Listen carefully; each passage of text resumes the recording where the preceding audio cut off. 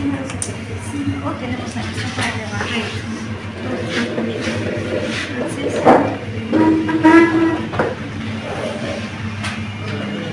el esófago de Barrett. Primero, ¿cómo reconocer las capas normales del esófago? Para poder saber después cuáles son los cambios que se van a producir. Entonces, el esófago normalmente se ve como un epitelio escamoso estratificado, un epitelio escamoso estratificado no queratinizante. Eso es lo que vamos a ver normalmente, un epitelio no epitelio escamoso del esófago.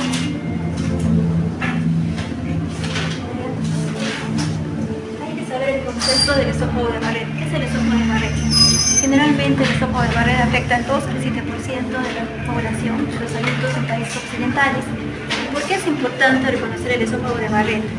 Porque como ustedes saben, hay dos tipos de carcinoma del esófago, el carcinoma escamoso y el adenocarcinoma. ¿Cuál es la lesión precursora para el adenocarcinoma? Es el esófago de Barrett. Por eso es importante reconocer el esófago de Barrett. ¿Cuál es la incidencia anual de cáncer en un esófago de Barrett? Es de 0.12 a 0.13 por año. Por ejemplo, aquí les puse una fotografía para que puedan diferenciar entre una mucosa normal y una mucosa de esófago de Barrett. Es una mucosa pulmonar,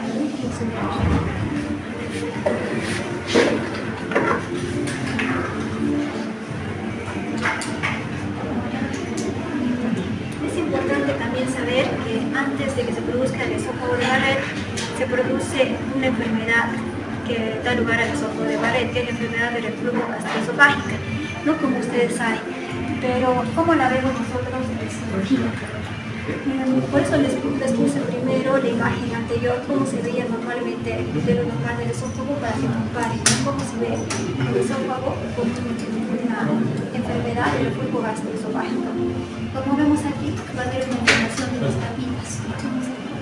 Una inflamación de las papilas aproximadamente del 60% y un aumento de la capa basal de las células aproximadamente de 4 células de capa basal. Hay un aumento de las células de la capa basal, hay una inflamación de las papilas y hay un edema entre las células, un edema intercelular. Esos son los cambios que nosotros vemos en la enfermedad del reflujo gastroesofágico, que es la que precede al esófago de Barrett casi la mayor parte de veces.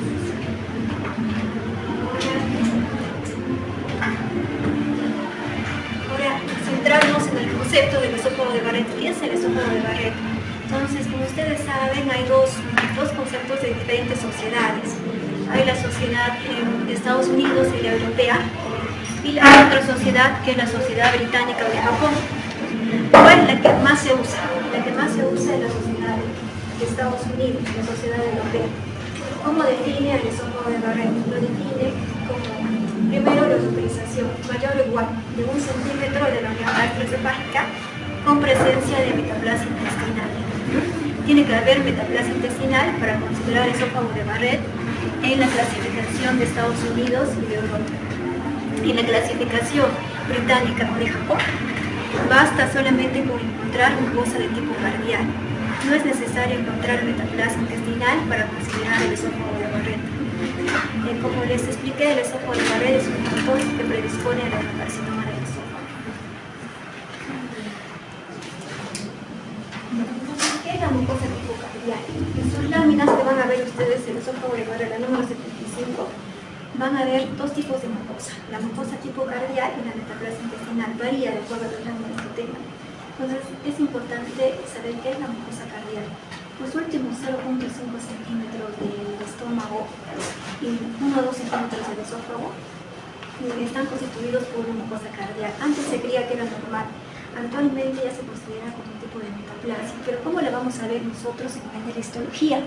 Como vemos aquí tenemos una imagen donde vamos a observar que la mucosa cardíaca se parece mucho a una mucosa tipo antral, que ya la habíamos visto anteriormente, o sea, delante del estómago.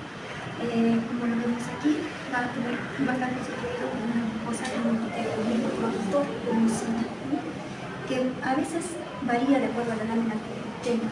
A veces solo va a ver la parte superficial, o a veces va a estar sobre las láminas de manera profunda, va a variar, pero es importante que ustedes sepan reconocer que en el esófago hay una mucosa tipo cardíaca.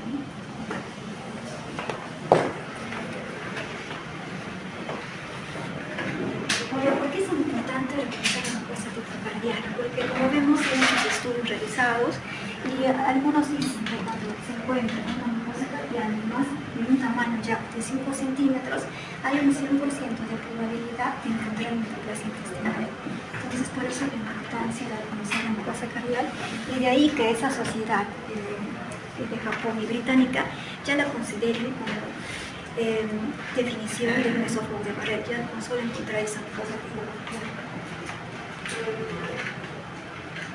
Entonces, ¿qué es lo que van a ver en sus láminas? Primero, van a ver una imagen de bajo aumento para poder reconocer el esófago. Como ven aquí en la parte derecha de la imagen se encuentra un epitelio escamoso, estratificado, como normalmente vemos en el esófago. Y aquí vemos en esta parte de la imagen que empieza a aparecer una mucosa que le parece mucho al antro del estómago. Esta es la mucosa tipo cardiaca que van a ver en sus láminas. Va a variar. Algunas veces solo van a encontrar la capa superficial, otras solamente la parte profunda, pero es importante reconocer que estamos encontrando una mucosa tipo cardiaca.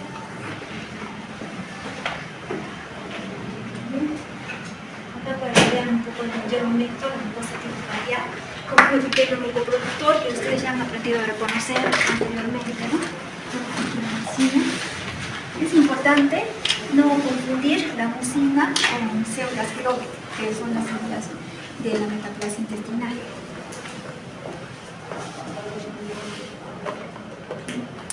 Estas son las células de la metaplasia intestinal, que también van a encontrar dentro de sus láminas. Entonces, la metaplasia intestinal, ustedes saben que para poder decir que es metaplasia intestinal tenemos que encontrar células Gro o células calcifónicas, que son aquí estas blanquitas. Y aquí, con una división en azul blue, la podemos ver mejor, ya que la mucina de las células de la metaplasia intestinal es una mucina neutra. Entonces, por lo tanto, la vamos a ver de color más azul o incluso de color púrpura, mientras que la mucina normal que se ve en el estómago es una mucina más ácida. Entonces, la vamos a ver con un color rojo magenta. Entonces, es importante conocer la metaplasia intestinal. Aquí, por ejemplo, en el estómago de Barrett, no es importante distinguir que sea una metaplasia intestinal completa o incompleta. Solo basta decir porque es metaplasia intestinal. También les puse varias imágenes para que reconozcan la metaplasia intestinal. Y aquí les puse una imagen porque, como les comenté en la primera parte, antes del esófago de Barrett hay cambios por reflujo gastroesofágico. Entonces, también en sus láminas pueden ver algunos cambios por el reflujo. Como por ejemplo, aquí hay una elongación de las papilas, ¿verdad? Aquí vemos una elongación de las papilas de más del 60%, y aquí un aumento de la capa de células basales. En el lado derecho podemos observar la metaplasia intestinal con las células Gro que se ven.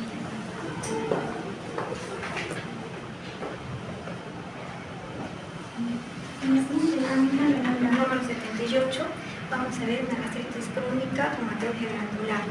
Entonces, como ustedes ya han aprendido a reconocer en sus clases anteriores, generalmente la atrofia va seguido cuando hay una inflamación crónica. Cuando hay una inflamación crónica, inflamación, una úlcera, se van perdiendo las glándulas. Entonces aquí van disminuyendo la cantidad de glándulas. ¿Por qué es importante reconocer la atrofia? Como les voy a explicar en la siguiente diapositiva, nosotros cuando nos llega una biopsia y encontramos atrofia, el siguiente paso que tenemos que hacer es decir, leve, pues moderada, muy severa, para cual ustedes tienen ese cuadrito que está en la parte superior.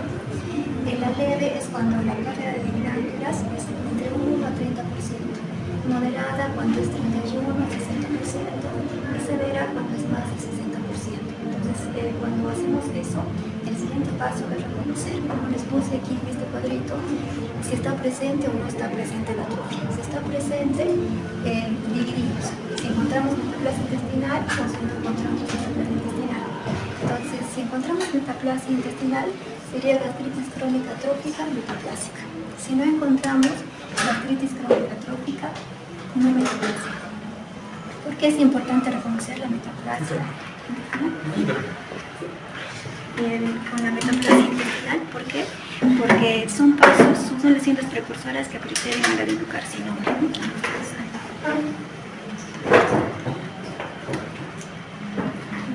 Entonces, en la siguiente lámina que ustedes ven es la lámina número 81. La lámina número 81 es la metaplasia intestinal. Entonces, en esta lámina solo van a reconocer la metaplasia intestinal. Ustedes ya han aprendido, es una lesión adaptativa. Después de una hepatitis crónica se va a producir la metaplasia intestinal, ya al final displasia y después una carcinoma intestinal. Entonces, eso se considera una lesión ya precaída.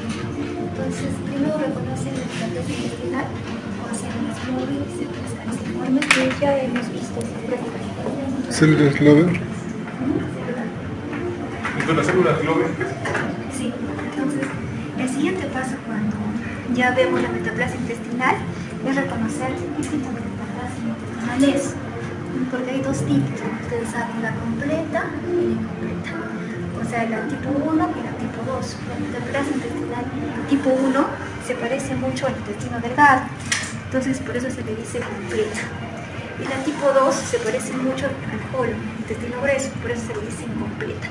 ¿Cuál es la que es más agresiva, la que nos preocupa más? Es la incompleta, porque es la que más se asocia a cáncer, la incompleta. Pero lo que van a ver mayor frecuentemente en sus láminas es la completa, ¿no? Es la que más se parece al intestino delgado.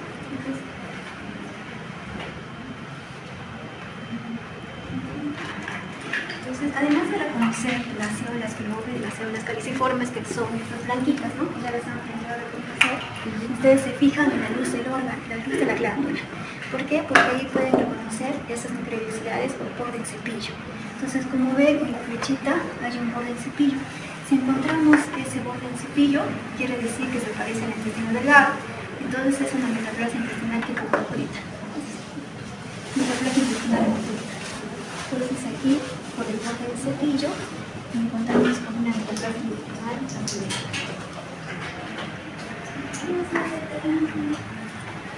Y aquí, por ejemplo, en esta glándula tenemos células de Panet. No se ve un poco, se ve un poco oscura, pero ahí pueden observar unos gránulos más rosaditos. Esos gránulos rosaditos son las células de Panet. Eso también nos indica que es una metaplasia intestinal completa. Nos puede ayudar a reconocer que sea una metaplasia intestinal completa.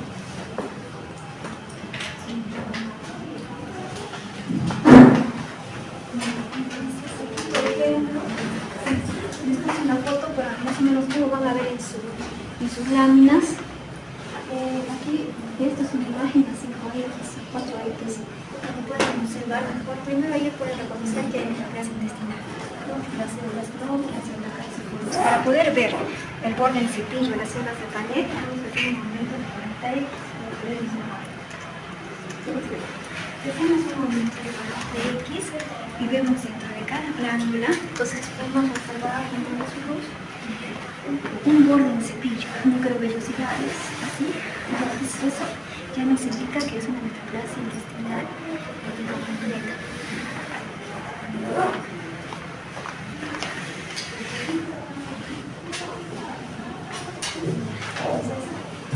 Es importante reconocer la metaplasia intestinal por el modelo del cáncer, ¿no? Primero gastritis crónica, luego gastritis crónica trófica, luego metaplasia intestinal, displasia de bajo grado, ya para finalizar el carcinoma gástrico. Por eso la importancia de reconocer esta metaplasia.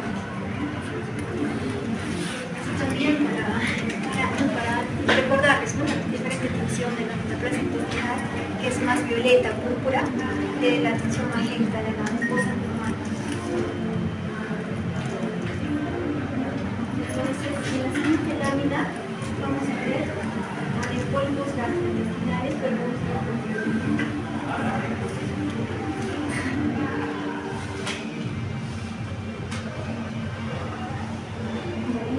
vamos a pasar a la lámina número 82 con el adenoma tubulovelloso con displasia moderada, para poder ir explicando las demás, porque todas las demás tienen relación. Entonces vamos a empezar con el 82, que es el adenoma tubulovelloso con displasia moderada del duodeno. Ya, cuando seguimos, vemos aquí una clasificación de lesiones propulsoras. Ha sido en el año 2019, actualmente es una clasificación más actual. Esta es la clasificación más actual ya en 2019. Vemos aquí como nombra todas las lesiones propulsoras. Nos vamos a enfocar en esta clase para conocer bien el adenoma tubular, el adenoma velloso y el adenoma tubulovelloso. ejemplo de adenoma globovelloso, es decir, consonante velloso. Entonces vamos a explicar a todos estos, cada uno para que comprendan.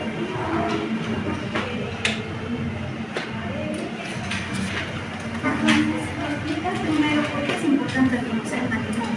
Porque como ustedes saben, existen varias vías para el cáncer, pero la lesión que funciona del adenoma es la vía de inestabilidad de los cromosomas. Entonces vemos aquí cómo la mujer pasa de cosa normal a un adenoma temprano, intermedio, tardío, hasta llegar al carcinoma con sus alteraciones genéticas respectivas.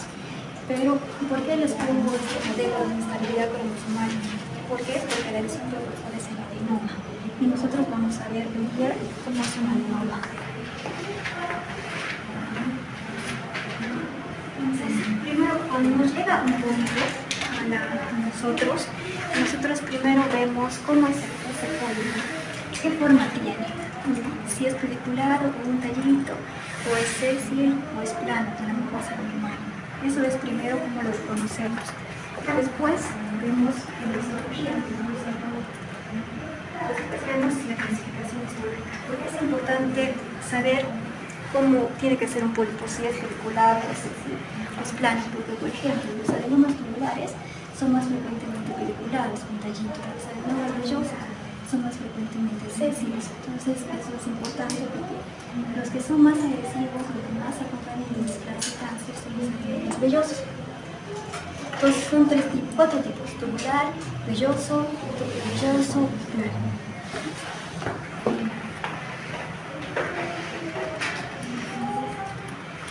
Si lo vemos así es como lo vamos a ver en la histología, pero acá está dibujado. Entonces los adenomas tubulares van a tener forma de glándulas, como lo vemos aquí. Los adenomas vellosos van a ser como prolongaciones en dedos, digitiformes, o como coronas de rey, que dice. Los adenomas tubulovellosos van a ser familiares, tanto las proyecciones digitiformes como las formas glandulares. Y los planos no los vamos a ver bien. Entonces solamente vamos a enfocarnos en los adenomas tubulovellosos. Actualmente vamos a clasificar estos adenomas. Son el adenoma tubular, menos del 25% del componente velloso.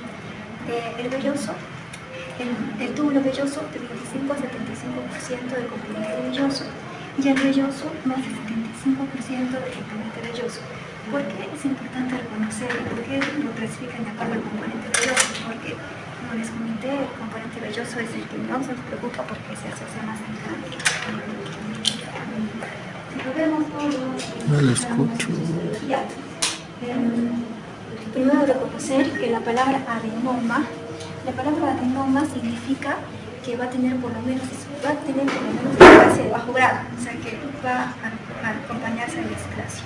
Entonces ya la palabra adenoma nos está significando que va a dar displasia. Entonces, lo primero que hay que ver en un adenoma es la forma. ¿Cuál es la forma de este adenoma? Está formando tubulitos. Entonces este adenoma es un adenoma tubular. Lo segundo que vemos en un adenoma es enfocar a mayor momento cada uno de estos tubulitos para ver la displasia. ¿Y dónde vamos a ver la displasia? La displasia la vemos en los nervios. Entonces tenemos que hacer una mayor aumento de los nervios para poder observar la displasia. ¿La displasia es el contorno? No, la displasia está dentro de los núcleos, pero no podemos verla todavía porque estamos en 4 días.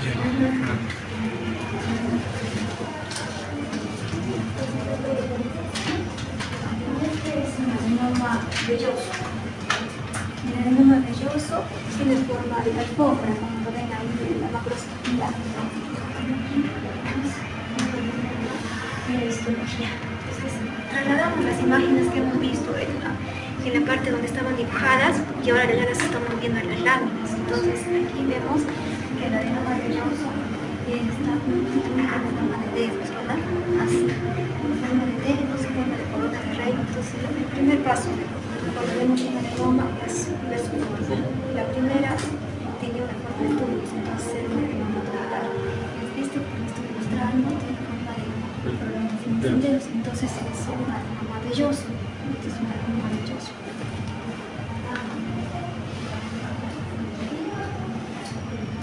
También es un adenoma velloso. Y este de aquí Tubular, Los dos tienen una forma tubular que está aquí y tiene una forma brillosa. Entonces es un adenoma túbulo brilloso. Es el que van a ver ustedes. Ahora, el siguiente paso a conocer, como ustedes lo ven en nuestras imágenes, es que tiene displasia moderada. Entonces el siguiente paso es ver estos glándulas en mayor aumento, a 40X, cuando se trata de displasia.